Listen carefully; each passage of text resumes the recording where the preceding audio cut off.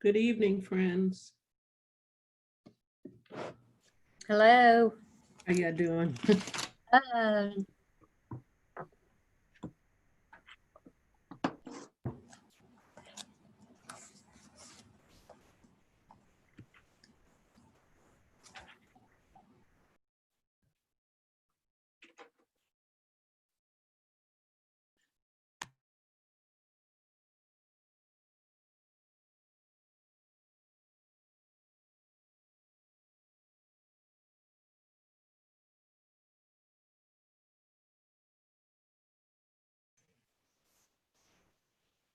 Hey.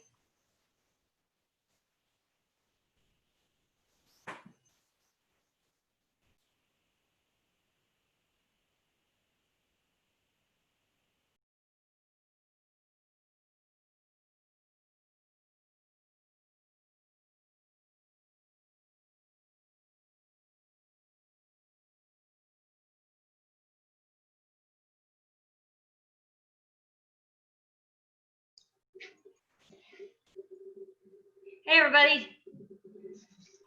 Hey, Angela. hey, Angela.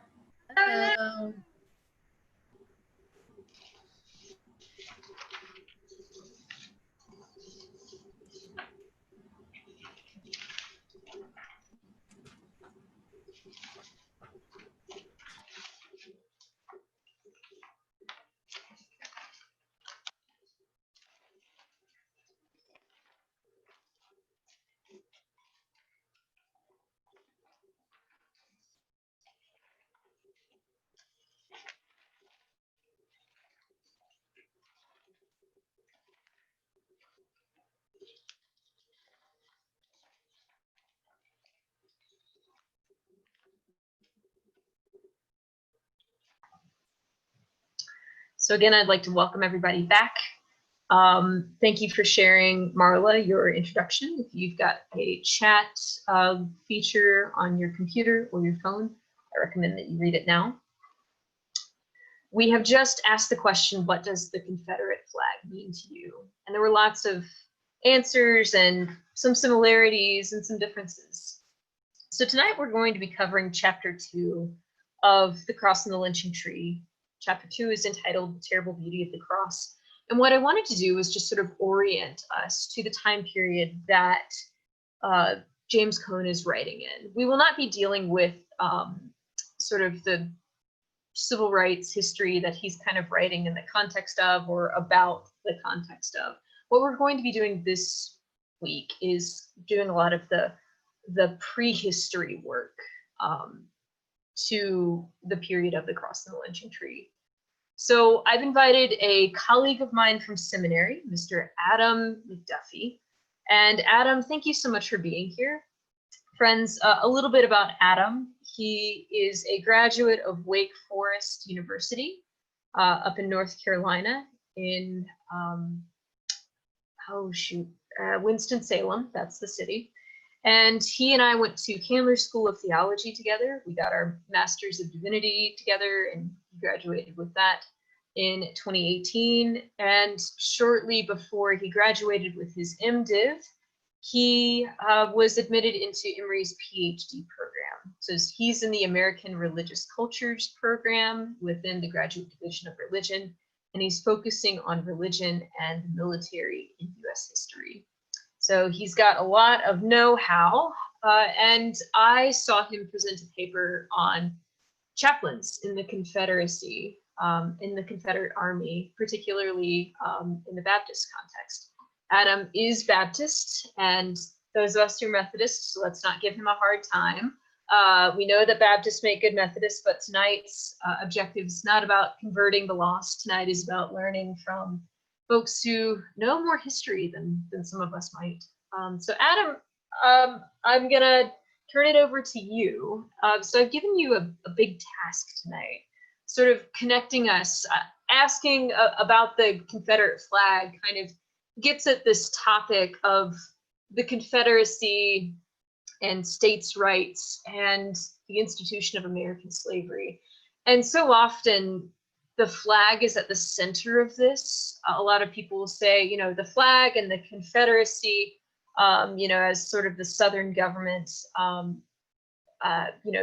they were not about slavery. They were actually about states' rights. And so I would love for you to tell us more about sort of that history. What does states' rights mean? Is it connected to the institution of American slavery? And why would it matter to James Cone? He doesn't necessarily direct us, specifically to some of those topics, but everything he talks about is related to all of those things, and we'll get to that connection later on. So, sir, I take it I will let you lead us where you would like us. All right. Well, buckle up, everybody. My wife often laments that whenever she asks me a seemingly simple question about anything related to history, it leads to this long, overcomplicated answer. And tonight, I've just been given permission to do that. So this is going to seem like a whole lot of unnecessary information, but I promise it all arrives at what Cone is talking about in The Cross and the Lynching Tree. And so I'm really just going to start with this idea of states' rights and the Confederacy, and particularly the role that religion was playing in all this. Both sides of the Civil War ardently believed that God was on their side, right? They both thought that when they looked at their Bibles supported their cause. And so this was, and has been called by some scholars, a theological crisis as much as a physical war. There's actually a real crisis of what do we believe and where does God stand in all this, which meant something. But as we're talking about the South and the Confederacy, we have to keep in mind the prominent role that religion, particularly Christianity, Protestant Christianity, were playing at that time. And I mean, for me, as Hillary said, I'm a Baptist. And so what I know best is the Southern Baptist Convention, which was born because the National Baptist body, it had split into two because a Southern potential missionary who was also a slaveholder was rejected because he owned slaves. And so at that point in the 1840s, there was already this debate over whether slaveholders could be missionaries, and Northern and Southern Baptists were already disagreeing at that point. And I know Methodists also had a similar split over slavery, and these were not the only denominations that had that problem. So this was really a religious conflict, and there was a lot going on there that we can unpack. And as we're talking about all this, I tend to think you'll pretty frequently hear this argument that people who owned slaves, people that supported slavery, or anyone in the Confederacy, they were products of their own time. You hear that argument that slavery is bad, but they were products of their time. And it's kind of an attempt to sort of not absolve them, but to clean it up a bit, to argue that, yeah, this is bad, but look at the context of the world they were living in. They were living in a plantation society where this was the norm. And it is fair to say that you should pay attention to historical context when you look back in time. And we can't always just apply our present day ethical norms and ideas to debates from the past. But the problem with that here is that to suggest that slavery was already just an accepted fact in the 19th century just isn't correct. I mean, from the very beginning, the founding fathers actually were debating whether slavery should continue. But looking specifically at what we're talking about in the lead up to the Civil War, there's already evidence, even just in religious debates, that there were already vocal opponents to slavery who were arguing back and forth. And you see people writing these long treatises explaining what God and the Bible have to say for and against slavery. I always think first as a Baptist, and perhaps y'all as South Carolinians, of Richard Furman, who was writing his exposition supporting slavery. This was in the early 19th century. And he was talking about the view of the Baptist on the population of slaves in South Carolina, in which he walked through the Bible and used proof texting to say that God is in favor of slavery. And I can show you how verse by verse. And he was by no means alone in doing that. A name that comes to mind for me is George D. Armstrong, who is this Presbyterian minister around the same time. He came a little later, but he was involved in frequent biblical debates over whether slavery was acceptable according to the Bible. And he actually got into a lot of arguments with abolitionists because he believed that you can't base any argument on anything that isn't in Scripture. And he thought that abolition was just not at all scripturally based. He believed that you could only argue from the Bible and slavery was supported by the Bible. But you have these people that are making these arguments, and those are only two names. I'm not going to go through a ton. But the fact is that if there are these people responding, that means there was someone out there writing a biblical argument to say that abolition is the way that we should go, that slavery is wrong, which is to say that even at this point in the antebellum period, there already is a debate over slavery. It may have been the status quo, but it was not fully accepted. There were people out there who criticized it, and there were those who were hearing arguments saying that this was wrong. And so while they were definitely a product of their time, we also have to realize that slaveholders were working really hard to theologically justify slavery, and they were responding to biblical arguments the other direction for abolition. But it's also kind of startling at this point to look at the vastly different Christianities that were coexisting at this point in the 19th century. Christianity is always complex. It is very hard to say that Christianity thinks this. And as a religious studies scholar, I'm always very quick to say that I am not making blanket statements. But when you look at Christianity leading up to the Civil War, there are all these different directions just in the South. You have this Christianity of the white plantation owner who is preaching this gospel that can be liberatory, this freedom and grace for white Christians. But at the same time, you have the plantation preacher who's preaching this gospel of peaceful obedience to their slaves and consistent subservience. Howard Thurman, in his book, Jesus and the Disinherited, talks about his grandmother who was a former slave. And he would read the Bible with her, but she refused to read Paul because the slave preacher would always come and would preach from Paul and always tell them that slaves should be obedient to their masters. And so for her, Paul was forever tainted because you had this connection where on the one hand, this religion, this faith that could be liberatory, could be freeing, was used to control and to put down people. And so you have this dual Christianity, and yet you even have this other strain that we don't talk about nearly enough of the hush harbors, these attempts by slaves to actually use the Christianity that was put in front of them by the slave preachers and meld that with their traditional African faiths and create this separate religion to exercise their own agency, to actually practice some sort of belief and to have some sort of separate system for themselves. And so in the midst of this complex slave Christianity alongside white Christianity, you have this mess of new and developing religions. And all of this is happening under this undercurrent of this broader debate over whether or not slavery or abolition is the path that the nation should take. And all of this is this backdrop for a war. And the Civil War, from the beginning, was about this preservation of slavery. And we debate that. You will hear that question of, was it about states' rights? Was it about slavery? And the answer is yes. The answer is that there is a connection between the two. When you look at the Constitution of the Confederate States, there's multiple mentions there of slavery. And it's explicitly saying that anyone who joins the Confederacy, you cannot pass a law to deny or impair the right to own slaves. Slaves are frequently listed as property and included in the property rights for Confederate citizens. They talk about if any new territories are brought into the Confederacy, that they will allow slaves to be held there. And there is this understanding that if you enter the Confederacy, this is a slave-holding nation and that this is acceptable there. And so there is this commitment to that as the South is forming the Confederacy, that slavery is kind of the basis of this. And so you have this movement to secede from the United States that's preserving that system of enslavement of Black people. And so states' rights was certainly a part of this, the right of states to make these determinations, but there are a host of other factors related to economics and governance. You have this commitment to states' rights that's also kind of connected to the Three-Fifths Compromise.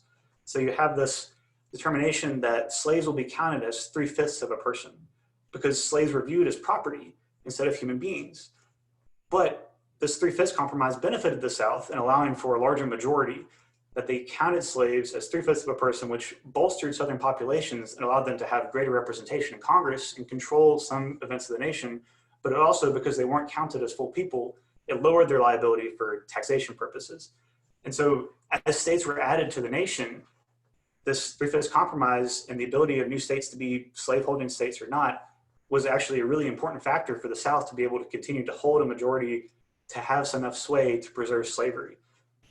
And the reality is that the entire economy of the South, and you could argue a large part of the economy of the nation, was built on slavery.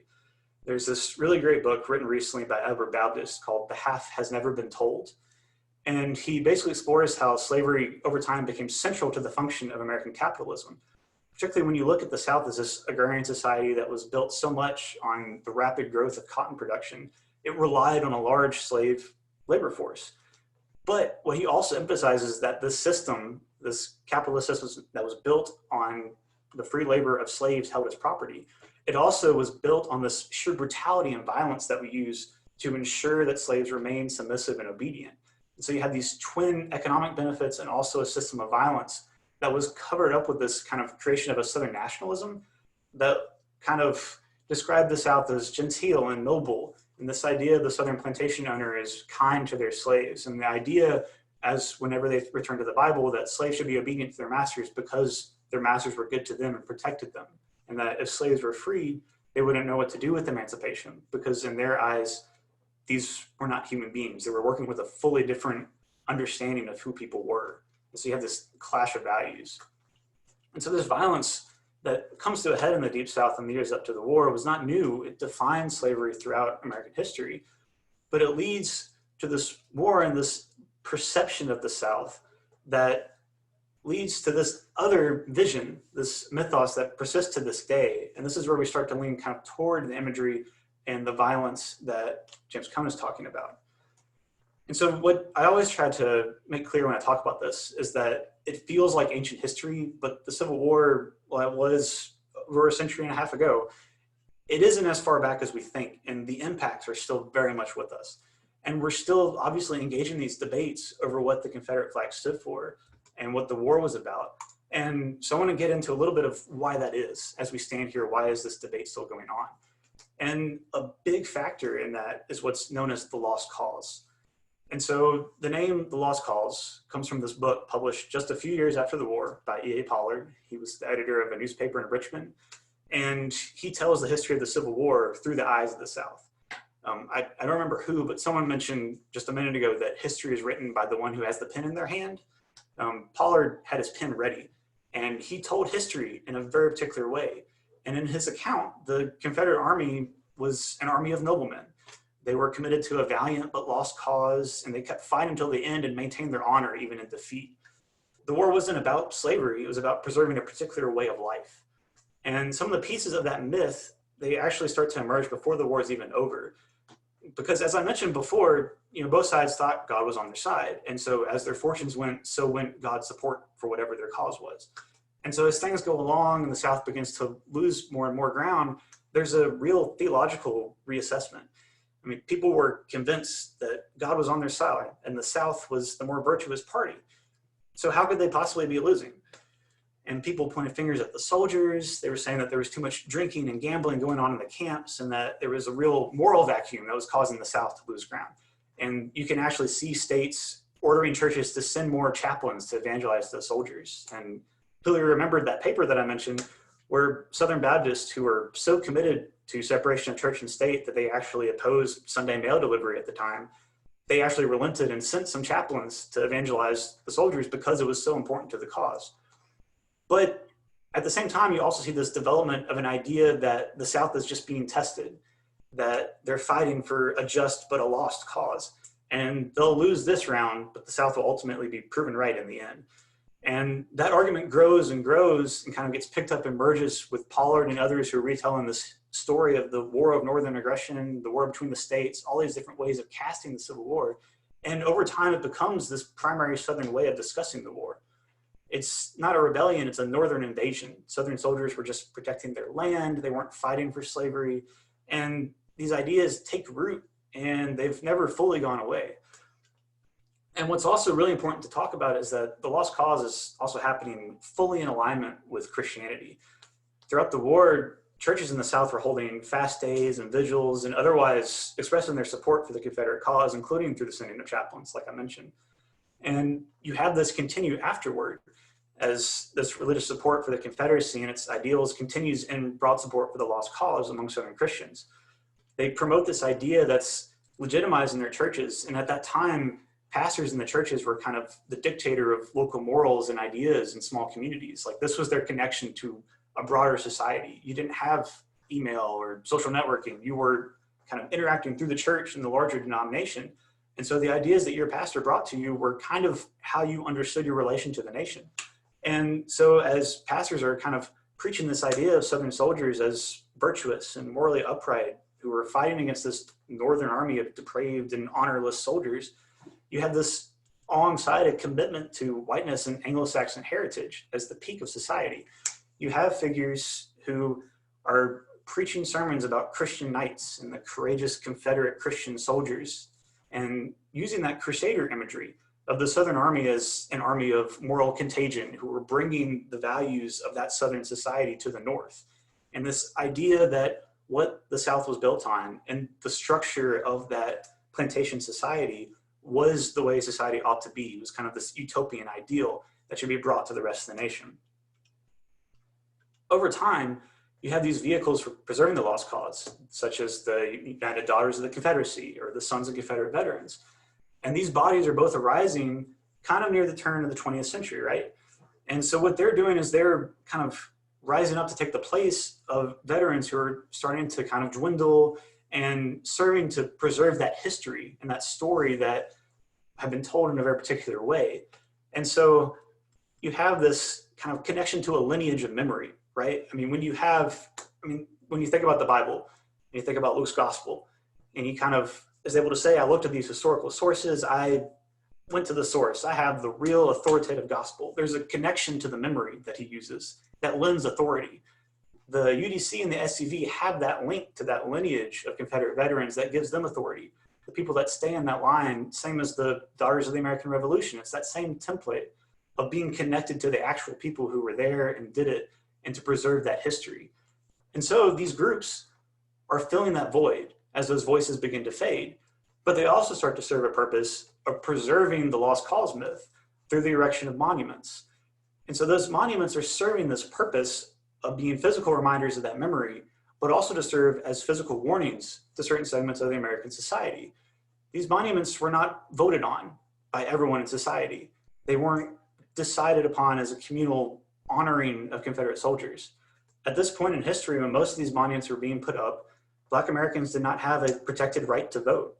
A lot of the ground that was gained in the short period in early Reconstruction after the war was quickly taken away in the backlash in the South of violent responses to Reconstruction and attempts to provide some sort of equality of voting rights. There was this immense backlash and loss of voting rights and a rise of immense violence, including in the form of the Klan and also just in general state policies of policing and incarceration that have just kind of grown over time. But these monuments served as a symbol that what the lost cause represents, what the Confederacy represents, that still holds power. We are still able to place a monument on the town square with taxpayer dollars to say that this cause was just and right. And to a Black American who is viewing that symbol, it's a warning. It's a warning that you don't have a voice to oppose this. And you also are surely aware of the violent repercussions that face those who have spoken out before. And so it is, in a sense, kind of an attempt at social control through the erection of these monuments and also through the display of that flag.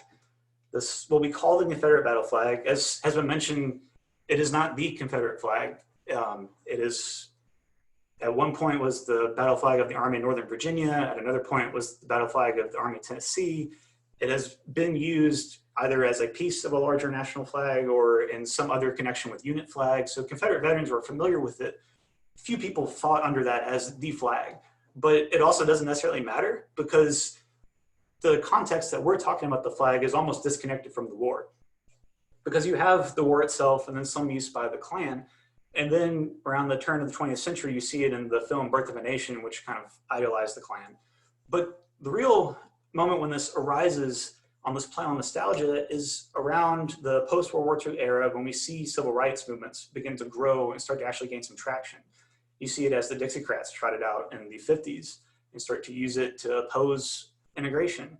And you also see, as we talked about with South Carolina and other states as well, we know Mississippi has recently voted to change their flag and to remove that Confederate imagery.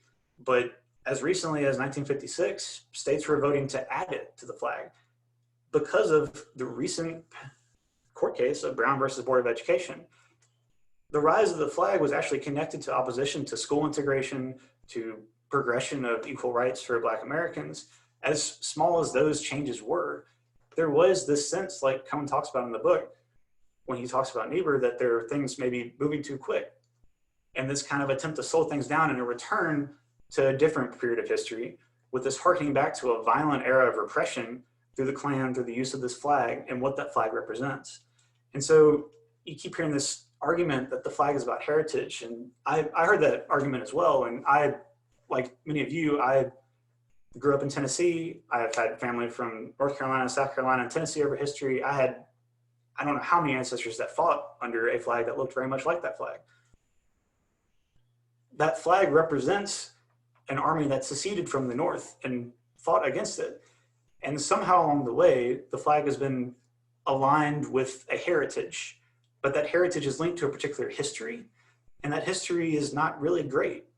And somehow this lost cause myth found a way to align the Confederacy with the norms of the Revolutionary War, that people were writing and arguing that the Confederacy was actually carrying forward the vision of the Founding Fathers and was actually in that revolutionary history of fighting for freedom and individual liberty, and they were just carrying that standard.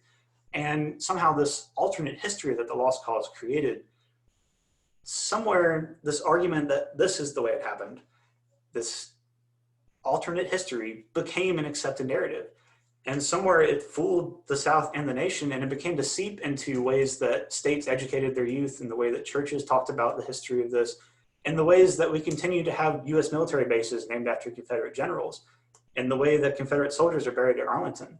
There was this attempt to just kind of merge the history and move forward without looking back. And there's been this real lack of actual reconciliation and awareness of the fact that these symbols have been used both during the Civil War and in the many, many years since as a symbol for continual violence and repression throughout American history. And so I will end it there before I go on any further. I don't know if, Hillary, I don't know if you want me to take questions or just let you go on into count. I think we have about 7 minutes for questions. Does anybody have a question for Adam?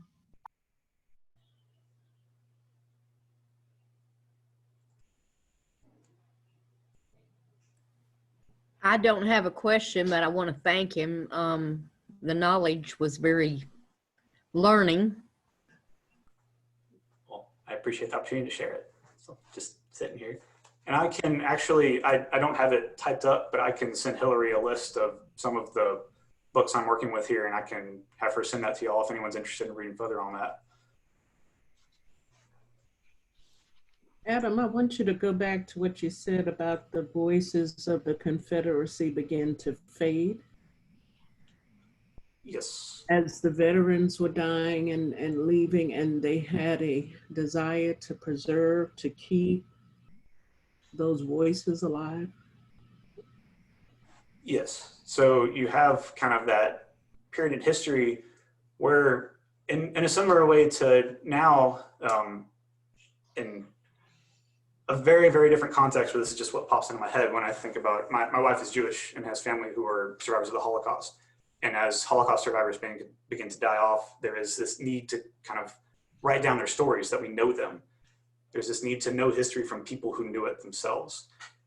And if you take that very worthy historical goal and just think about it through the eyes of Confederacy sympathizers who really wanted to preserve that particular knowledge that they had and that particular view of the war that they saw as kind of this noble lost cause.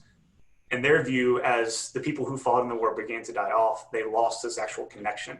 I mean, there was this almost, like I said, these soldiers were viewed as Christian knights. So there was this almost saint-like status that was put on them. And as they began to disappear, there was this kind of mourning of a connection to that actual cause, if that makes sense. I don't have a question, but I do have a comment. I'd be interested in your reply to that, Adam. Is that when the Constitution was written, these were fine, noble gentlemen. They were all well-bred, well-read, well-fed, well-wed. And they were putting together this document that they wanted to be noble. 3 points in that document, they talk about slavery, and they never used the word. They knew it was an evil. They didn't want to soil that document by using that word. There are a lot of attempts over history for Southerners to kind of try to work around the language of what they are doing and to kind of sanitize what slavery is. And you see that even in some of those theological treatises I was talking about, to kind of talk about, well, on the one side, to kind of talk about it in a way that seemed less harsh, that didn't kind of, we talk about saying the quiet part out loud, kind of trying to minimize the obviousness of what's happening. But on the other side, you also have just the reality that for a lot of these people, this was property, and they didn't give it the time of day to think through it to that extent. So there are two very different sides to that.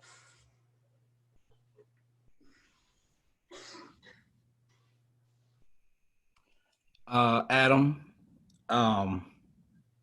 first of all, thank you for sharing your time with us.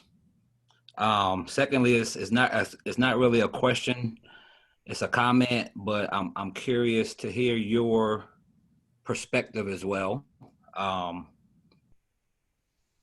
I've heard this a lot, the way of life, and one of the things that you stated a minute ago was, or they felt that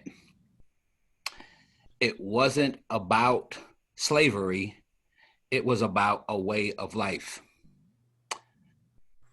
But slavery undergirded that way of life. So if it wasn't about slavery, what way of life were they trying to protect? Whenever you get a good answer to that question, I'd like to hear it. The answer I can provide is that there is a sense in which the people making this argument, as I said, they weren't thinking of slavery in the way that we do. In their mind, as they were writing this, they have this harmonious vision of the plantation. That you have this noble landed gentry, of a sense, who are kind of the Southern aristocracy, who are living in these beautiful, huge plantation houses with their obedient, harmoniously abiding servants, all in this happy picture that they try to paint in contrast to the Northern industrialism of factory life, which was supposed to be so much worse than the picture they painted for themselves. Now, the reality for life on the plantation for slaves and life across the rest of the South for small farmers who were not plantation owners, it was a much more complicated picture than that. But the picture they tried to create, and I talked a little bit about that idea of Southern nationalism. I didn't want to go too far down that road, but there was a real attempt for probably the first half of the 19th century to create this Southern culture that never really existed, to like create literary societies and scientific organizations to talk about different ways to plant tobacco. These attempts to cultivate a sense of Southernness that was more than just slaveholding, to try to kind of rebrand the South. And there's all around this attempt to just say that this way of life is something worth saving, without ever recognizing that that way of life was, as you said, built on slavery. There's just somehow is never, it does not harmonize to be able to say it wasn't about slavery, it was about this, except for that this was built on that. But as I said, if you can find a logical answer to that, then I can wait. Thank you, Adam.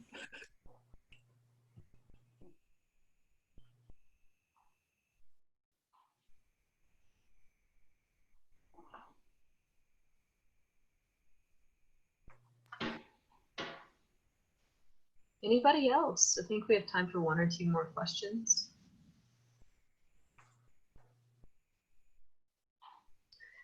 Adam, your words are particularly convicting tonight. Not only am I reflecting on Bishop James, who, I think Andrew James, who inherited enslaved persons and then refused to give them up, and therefore sort of created the split before the Civil War and kind of predated and predicted the American Civil War. I am reminded that I'm a graduate of Furman University, and James Furman very much is a product of South Carolina, a product of the town of Edgefield, and very much a proponent of slavery in a way that Furman University has really had to wrestle with and continues to wrestle with, and hopefully will implement many of the changes that they have promised towards reconciliation and restorative justice. So thank you for tying together a lot of different ends in a very short amount of time. I hope that this will be, whatever you have done tonight will be useful in lots of places that your scholarship will take you. And we are grateful for your presence, and I will make it up to you. I enjoyed it. I appreciate it. Those were great questions y'all asked too. So I appreciate y'all listening having some good, engaging questions for me. Thank you all. Absolutely, of course. You're free to stay on if you would like. I also know that you may have some other things to do. Your comps exams are coming up soon, so I know they have you read like 80 books for that. So if you would like to reserve that time for that stuff for now, you may do so. I will step out and go read, but I appreciate all of y'all, and thank you for letting me be a part of this. Thank you, Adam. Thank you, Adam. Thank you.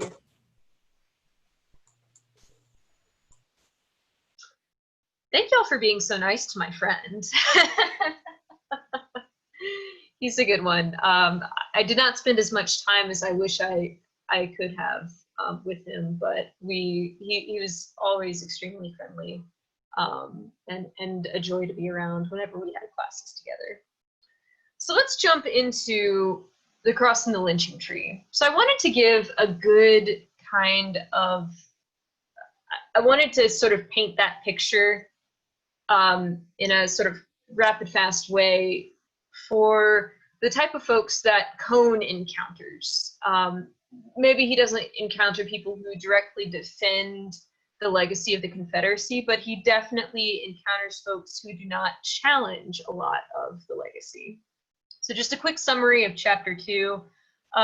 Cone starts off by saying that America is a modern day Rome for lots of reasons, but specifically the ways that it executes people. And a lot of white theologians in the past and present have missed their opportunity to stand in solidarity with people who are experiencing oppression, particularly Black folks in the United States, because they have failed to recognize the ways that the United States systems have been set up to benefit only a certain group of people, namely white people. And he names Reinhold Niebuhr specifically as kind of the pinnacle example of that. Reinhold Niebuhr, you may know as the person who authored the Serenity Prayer. God give me the, oh, somebody else might know. Courage to change the things that I can. There you go. The wisdom, the wisdom to know the difference. And I forget the middle line. But yeah, he's that guy. That guy authored a lot of stuff and is an important for the development of a vein of Christian ethics that we call realist ethics. And you know, that has a lot of emphasis on like facts. But basically, what Cone's main criticism is for Niebuhr is that his theology is a little self-interested and a little power-seeking. And Niebuhr believed, even though that Niebuhr believed that the cross is at the heart of the gospel, he did not see the lynching tree as a call for justice. And he believed that we should seek justice above all else, because you know it's kind of impossible for us to get to love. Love is sort of the ultimate goal, but we're flawed and we're human, so we can only aim for justice.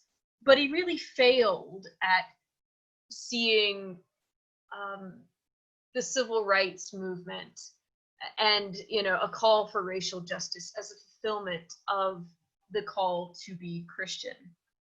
Niebuhr was a gradualist. He was one of those white moderates that Martin Luther King Jr. calls out in his letter from a Birmingham jail. And his sort of call for, oh, it just takes time to get to this point where Black people can have the same rights as white people. In his failure to be prophetic, he fails to show up for people who are really experiencing oppression. And according to Cone, Niebuhr chose to listen to other Southern moderates like William Faulkner and Paulding Carter. In the words of Niebuhr, or in the words of Cone, Niebuhr had eyes to see Black people's suffering, but he lacked the heart to feel it as his own. And he contrasts Niebuhr's reaction of gradualism with Dietrich Bonhoeffer's reaction to injustice against Black people. And Dietrich Bonhoeffer was a prophetic alternative. he chose to be engaged in actual dialogue with people who were Black and brown, as opposed to Niebuhr, who just resorted to writing about the sufferings of people who were Black and brown. And even though Niebuhr was called out by people like James Baldwin, he never really got it, so to speak. And so James Cone talks about his interest in Christian ethics as coming from Niebuhr, and as a way of, you know, well, here's this scholarship, this is how I disagree with it, and let me show you why this is wrong.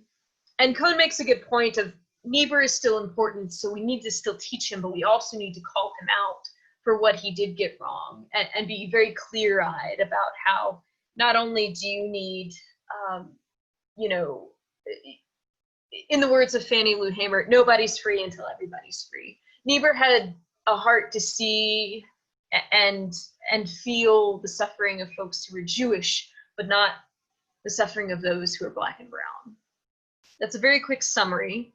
And so very quickly, what I want to ask you is, what was your reaction to this chapter? And in particular, what is your reaction to this chapter now after hearing our friend Adam talk about the history of the Confederacy and how it brought Cone to a space where he disagreed and came to professionally disagree with Reinhold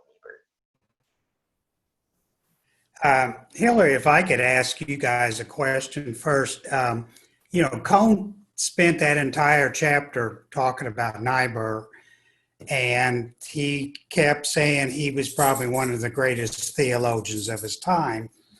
So many of you people on here are ministers, and I just wondered if any of you people, while you were in seminary, did you discuss him and his, you know, his way of thinking back then? Or was that just way before your time as far as studies are concerned in seminary? I'll let other folks answer before I do. I'm curious to see what other people answer first.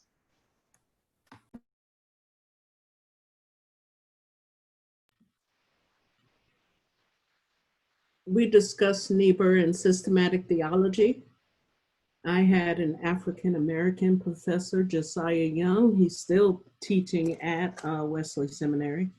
And so we did discuss the conversation that Cone was having. Of course, Cone was a big conversation in that class. So of course, Dr. Young was able to share some of the philosophy of Niebuhr and how he rejected or resisted getting into the fight for racial justice and reconciliation. Of course, this particular book wasn't written at the time, but the book we were discussing was Black Theology, Black Power, and God of the Oppressed.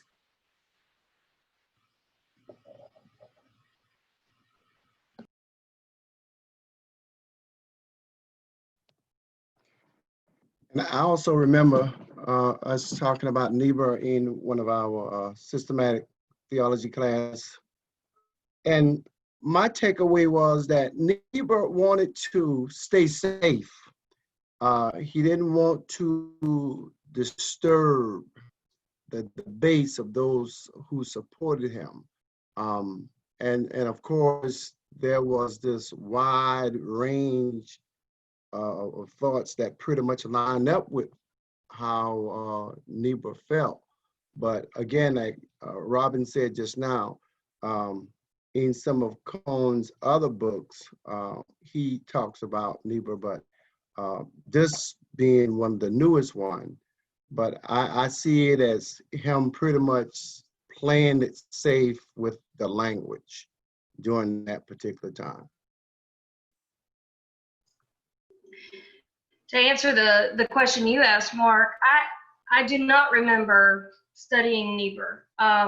It does not stand out to me in my master's of Christian education as I was taking different classes, ethics, and things like that.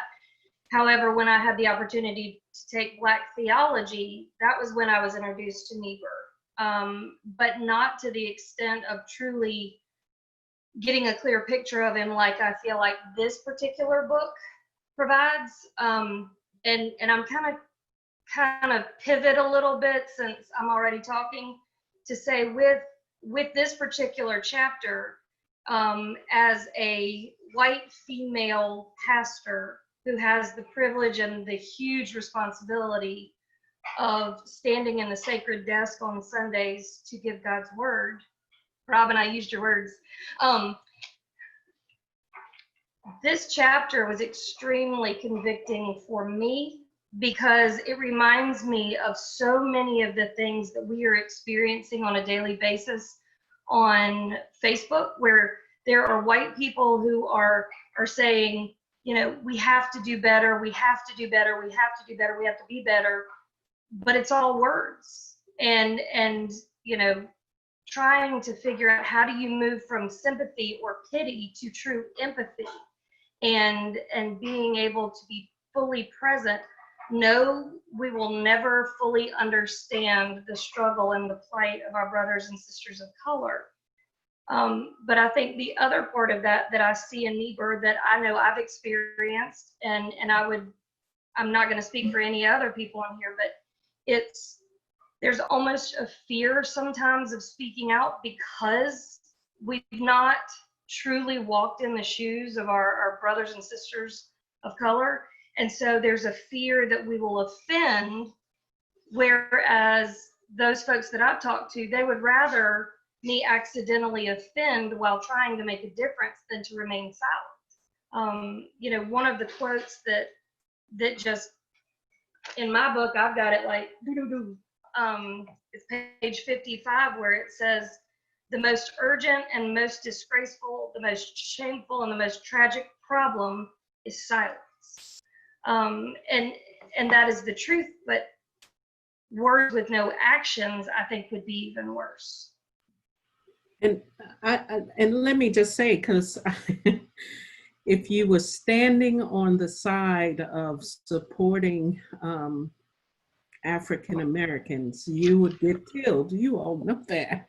And I'm not trying to get Niebuhr off the hook. I mean, this was a powerful piece because, you know, what he wrote here, if any of you have watched some of his book discussions on YouTube, because I've been watching those, Cone believed this was his best book of all the books he had written. And he said he needed to do this before he died. And of course, shortly after he completed this book, he died. So very pathetic. But I think he knew that he needed to unpack Niebuhr and his theology more in this particular book, for the very reason, the reason he was writing the book was not just for to address the oppression of African Americans or Blacks, as you know, who is he? I can't call it Cornel West. He doesn't like the term African American, but so he was writing it for everybody who did not have a voice, LGBTQ, trans, he tells that. And so his passion to unlock the theology of Niebuhr during that time, he's not saying, he said he wished he could have worked alongside him at Union. And so I appreciate how he has done that in this particular book, which now is prompting me to go back and read more of the philosophy of Niebuhr, because there's some things that I missed. And so I really want to go back to read some, especially Niebuhr's writings on forgiveness.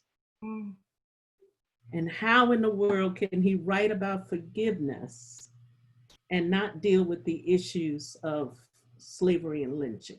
So, but anyway.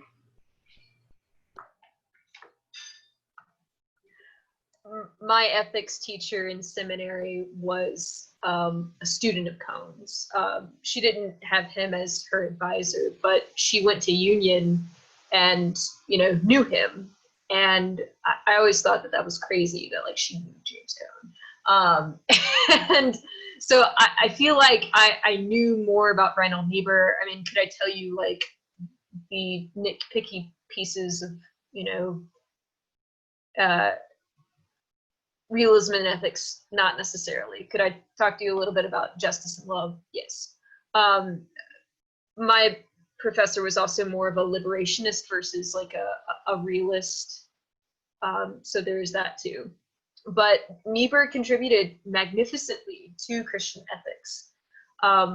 And his brother Richard is also an important person in you know, Christian scholarship as well. So the Niebuhr brothers, remember them or look them up.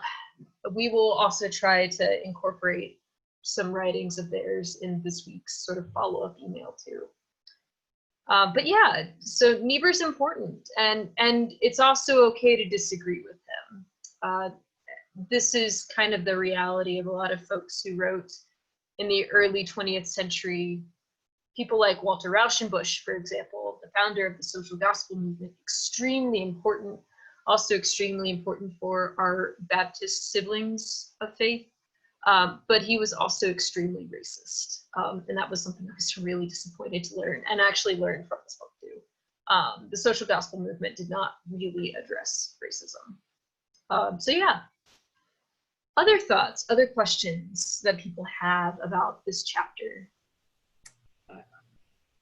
I want to go back just a little bit about what Angela said about, you know, not being willing to speak up because you are risking your life. And today you're risking your career. You're risking, yeah, you will find yourself on the periphery when you start to challenge white supremacist ideas and ideals. It can get you killed.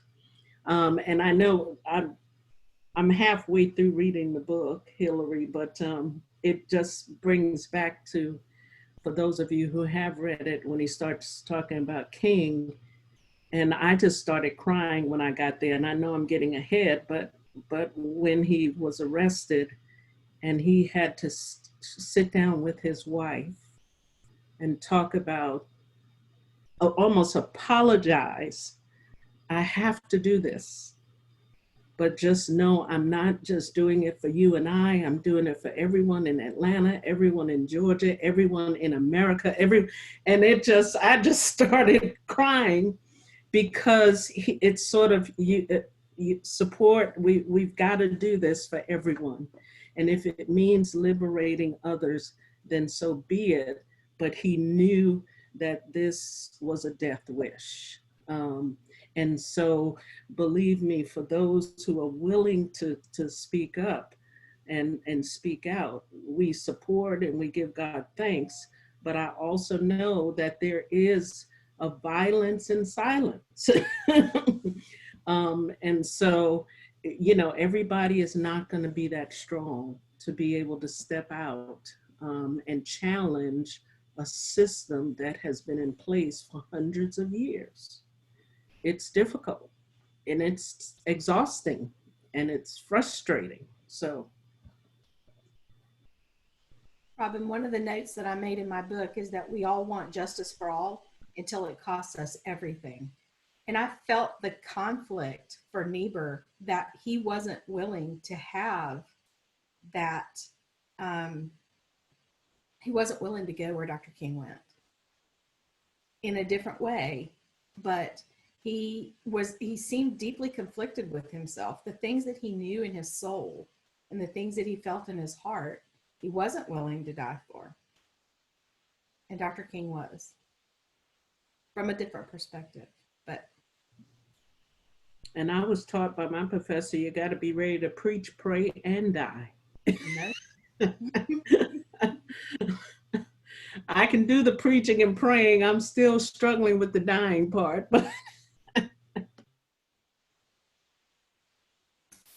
I have to say that there have been several times when the conversations got a little touchy on Facebook or wherever, or even in the sermon, that it was hard for me not to say to Angela, send her a message and say, do you realize the people you're dealing with? I mean, it was not that I didn't agree. It was that I'm thinking, okay, you've only been with us a year. We don't want to lose you. Be careful. And that's not the way you need to be, but that's exactly how I felt. I wanted to send those messages and I went, no, I can't do that. Believe me, Susan, I wrestled with them myself, which is why many of those ended up being Sunday morning sermons that I wrote, because I kept refusing to write them until I couldn't refuse them anymore. One of the things that I was struck by in the beginning of the chapter was the comparison of the cross and the lynching tree. And to know, that both were the symbols of torture and humiliation, and they were a public display for people. Not necessarily, it wasn't about killing the person, it was about the display to the people who would watch it, and how similar those were. But it kind of struck me that I think as he was talking about the view of it and how people of color have viewed it far longer than white folks have been in tune with it, that white people have a problem with comparing the cross to the lynching tree because they're so focused on the fact that they don't recognize the suffering. There is this automatic pride of, well, who do they think they are comparing themselves to Jesus? None of us are perfect. And so it is this misplacement of attachment to it, and recognizing, no, this is so similar. It is modern day crucifixion, and to recognize that, and to get past the pride and to get past the ignorance of that. And then the last thing that I want to say, and then I'll shut up, I promise, is one of the quotes in here that I don't think I wrote it down exactly, but courage is the primary test of prophecy. And how Cone talks about being a prophet and the courage that comes with that, and recognizing that there is a time and a place, but it's always the time and it's always the place. And while we need to say these things, oftentimes it's how we say them that matters most. If I could just tag on to what Angela just said, and it struck me on the front, the beginning of chapter 2, as it gave the reflection of the gentleman who was in jail and how he was dragged out and body was hanged, and then they emptied their revolvers,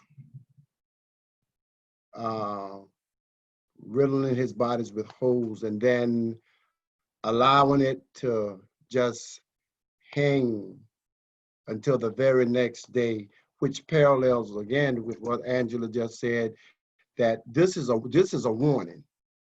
This is what will happen to you if you go against the system, if you try to create something beyond the norm. And reading that as an African American and remembering what I went through my personal self, I am a product of Clarendon County, born 1962, where the Brown versus Briggs petition started. I knew Harry Briggs.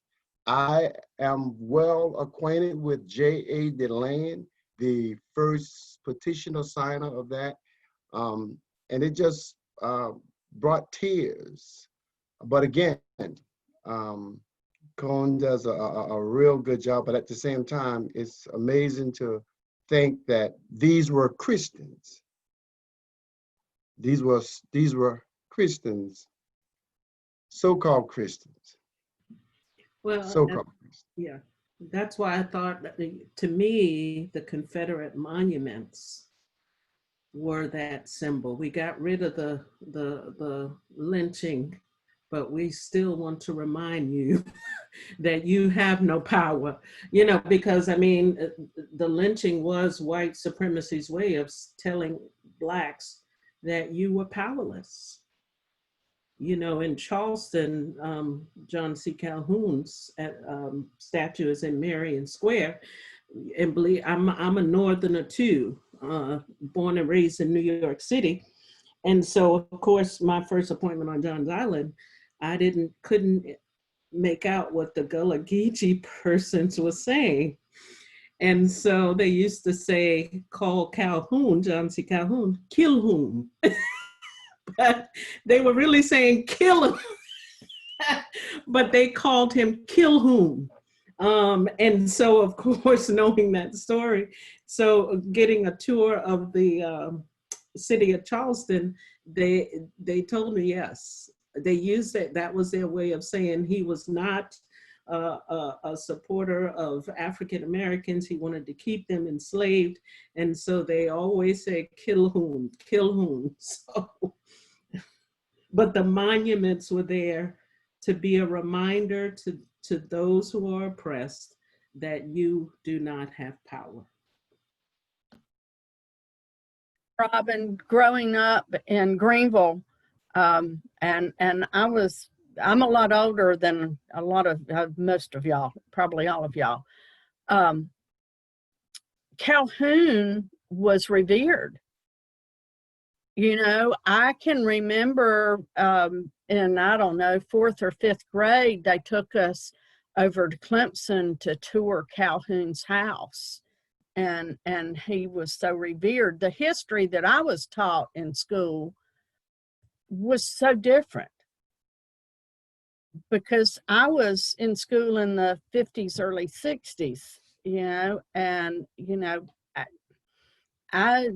I remember going in Sears and seeing the white and the colored water fountains, I mean, I remember all that very well.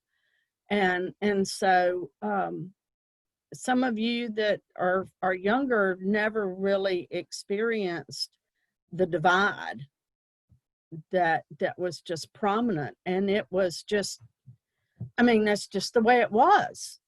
I never questioned it because I didn't know any better at the time. So it's enlightening to learn. And I think it's hard for the older generations to accept change. And right quickly, I can remember being, again, a product of Clarendon County, when we would go to the doctor's office, there was a white section, black section. And we would get there at 10 o'clock, and we had to wait until all the Caucasian were seen, and then end up leaving sometime to 3 and 4 o'clock. And as a little boy, I would be tugging on mama. I could not understand the reality of what was happening, but she's constantly, hush, hush, hush, hush, hush. Just trying to beckon me to silence. Yeah. When I was a child, what I was always confused about was at the bus station. We had the white and the colored waiting, because you can't sit next to a colored person. But if you ordered food, their hands were inside the food. Now, where's the logic behind that? What, can I just say something about this chapter 2? I haven't read the whole book, and I'm not going to read the whole book. I'm going to read it a chapter at a time the week before. Saturday, when I read chapter 2, and the way my mind works, I process things. Sunday morning when I wake up, it's just in a swirl. It's like, my goodness, this chapter was written for me. Everything I said last week, cut and edit and put in here, because I was saying the same thing. You got to go slow, you got to go slow. In fact, I was even thinking about changing my screen name to well-meaning but ineffective white liberal. So all my questions you're still going to answer. What are you guys at the pulpit going to do about it? Especially you, Angela, because you can't even swim.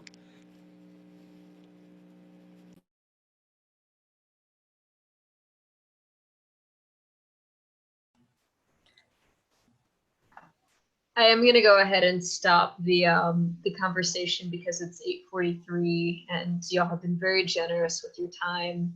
But yeah, I too feel most convicted by this chapter as well. It's like he knew.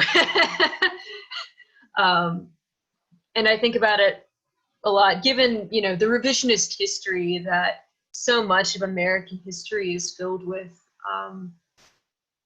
Yeah, it makes me pause whenever I see Confederate flags on the graves of people who fought in the Civil War. And so, yeah, these are things I think about as somebody who does have those graves, and also knows that there are unmarked graves of enslaved persons throughout this area as well, and the ways that we have chosen to not value certain people's humanity versus others. Cheery thoughts to leave you with tonight. I look forward to chatting with you, as does Reverend Angela, about chapter 3 next week. One of the things that we will do is we will tag the video Birth of a Nation in our next email to you. That way you can see, you know, what it looks like, or what it did look like, the effort to sort of retell the story of the Confederacy, of the Ku Klux Klan, of the way of life that we want preserved, that allegedly wasn't about slavery, but was absolutely all about slavery. May I end us with a word of prayer? Can I say one thing real quick? Yes, ma'am. Just wanted to let y'all know too, next week is when we will have Dr. Brown, Millicent Brown, who will be joining us to share about the time of civil rights. And I'm very excited about that. So don't miss it. Yeah, she's awesome. You are going to love her. Absolutely. And we are very grateful for Robin's connections to her as well. Friends, let us go to God in prayer. Let us pray. Good and gracious God, we come from different perspectives. And sometimes we make our feelings into more than just opinions. We make them into facts, even though they're not. It is part and parcel of our human sinfulness, especially those of us who enjoy being on top of systems of power. Help us to undo those systems and those bonds of oppression. Help us to know that wherever there is injustice, it needs to be cut away immediately, not just over time or in time. Your time, Lord, Kairos, already exists now. It exists because Jesus is resurrected and has made it possible for us to live in your time. So help us to live into your goal and your hope of perfect union and sanctification with you. Thank you for this time of discussing difficult history. Thank you for the words of James Cone and the ways that he prophetically calls us to live differently and to challenge power wherever it lies, however it preserves. Help us to see power with your eyes and the ways that it needs to be undone as we wrestle with what it means to be a Christian who opposes racism. In your holy name we pray. Amen. Thank you, friends. Y'all are great. Good night. God bless. Good night. Have a great weekend. You You all too. too. Good to see you. See y'all. See you next week. Thank y'all. Good night. Night.